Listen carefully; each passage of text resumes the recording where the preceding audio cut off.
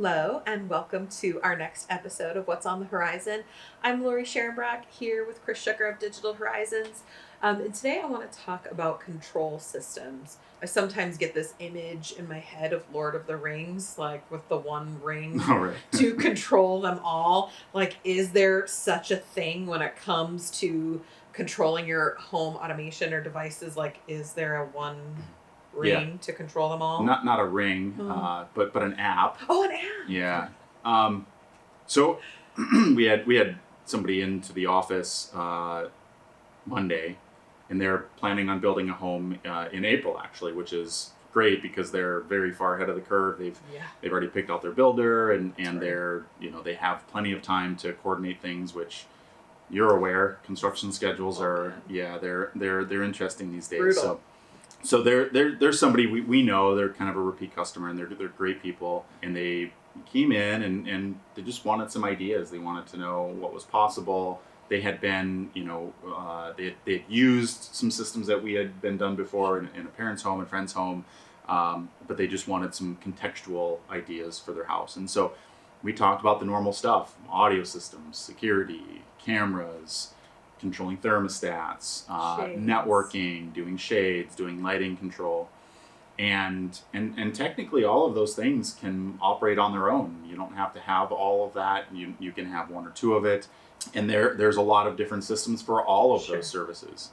Having an app to run your thermostat, or having an app to look at your cameras, or an app to run your lights, or an app to run your shades. Like, those all exist as separate things, but most of the time people don't want 6, 7, 8 different apps to run their stuff. And so we work with 3 main manufacturers that offer what are called a control system, or an automation platform. And the most prominent ones are Control4 and Crestron. And we also work with a company called RTI, which is actually based in Minnesota. And we use them for very basic, just single room entertainment systems. Sure. Or in some cases, we use them in commercial environments.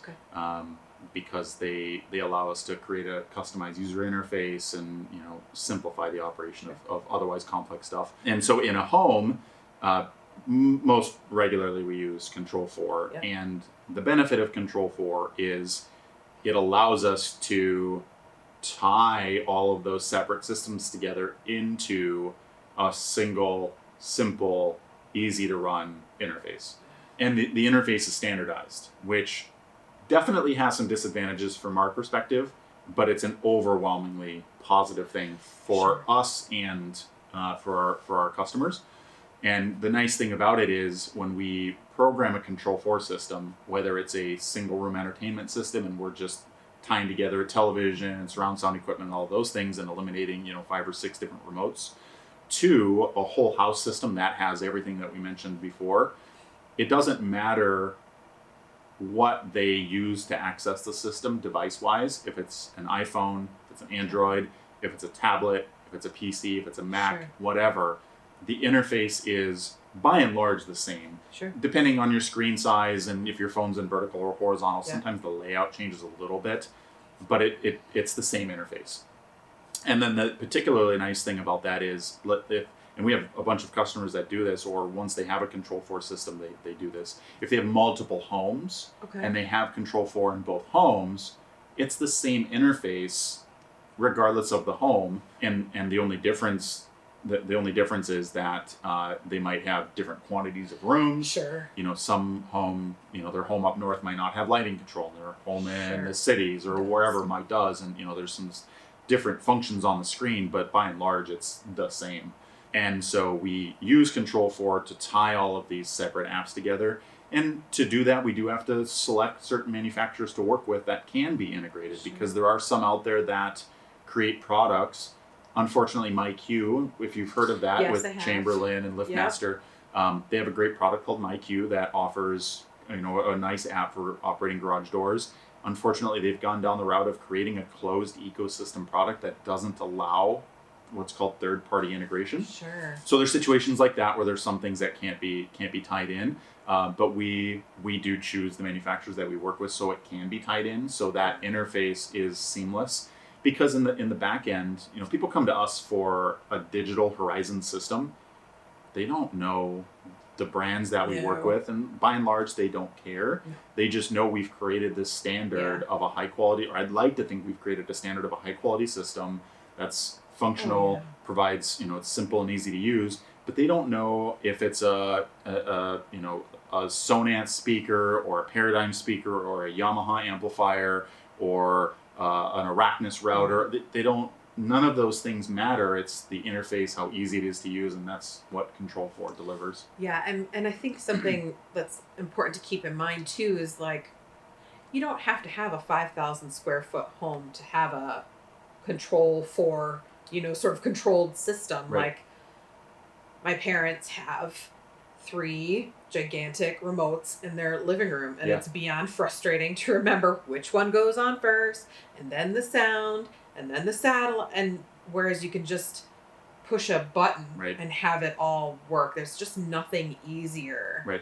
than a easy to function system. And like, I've seen you work one of those Control4 screens before, and it's very simple and intuitive to do versus you got to push the green button, then the red button, then you can put a number. I mean, there's just nothing more maddening than a system like that. In a single room environment, they break it down to 2 pretty simple selections. You have what's called watch, and you have listen. And through the magic of editing, we might pop in a little image here of what that looks like. Under watch, you have a television, and then any other supporting equipment. You have surround sound, you have amplifier, all that stuff. And then once you choose watch, you just select what you're going to watch, and what that means is, are you going to watch the cable box? Are you going to watch the Blu-ray player? Are you going to there might be a game console because you're going to involve the TV, so it's a watch function. And then listen. What are you listening to? Do you want Pandora? Do you want Spotify? Do you want FM radio? And then once you make that next selection, it's programmed to. So we'll take our living room surround system in here. We have a TV, we have an amplifier, we have a Blu-ray player, we have an Apple TV, we have a Roku player, we have a surround sound amplifier, we have a cable box. When I select watch cable TV, the Control4 system not only tells the TV to turn on, switches it to the correct input, and then turns the surround sound receiver on, switches it to the right input, sets the volume, and then if you have a cable box, it'll turn the cable box on. Maybe it sets it to a specific channel. Sure. And it's very, very seamless and very straightforward.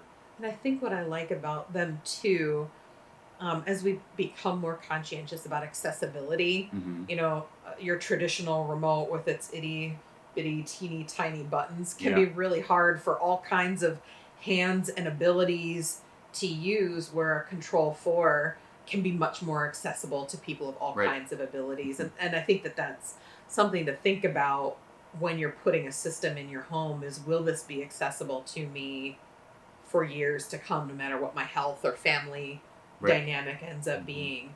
I know asking my grandma to try and push a teeny little button is hard, but for me to say, here's the screen, you just want to watch TV, just push the button, is infinitely easier than... Much more straightforward. Yeah, than leaving a full list. Right, yeah. Because that's what my parents have done before. Yeah. Like, that's just crazy to me.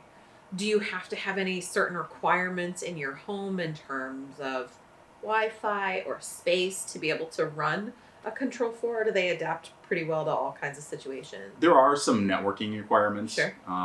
There's some networking kind requirements. Of minimum requirements. Yeah, but that's something that usually, if we're going to the length of installing a Control4 system with one of their processors, we're going to address the network and make sure it meets the needs. But it just really depends on the system. If it's a single room, just a basic entertainment center system, there's not as much required. Sure. But depending on what your system needs are and what we're trying to control, there might need to be some extra stuff. Yeah.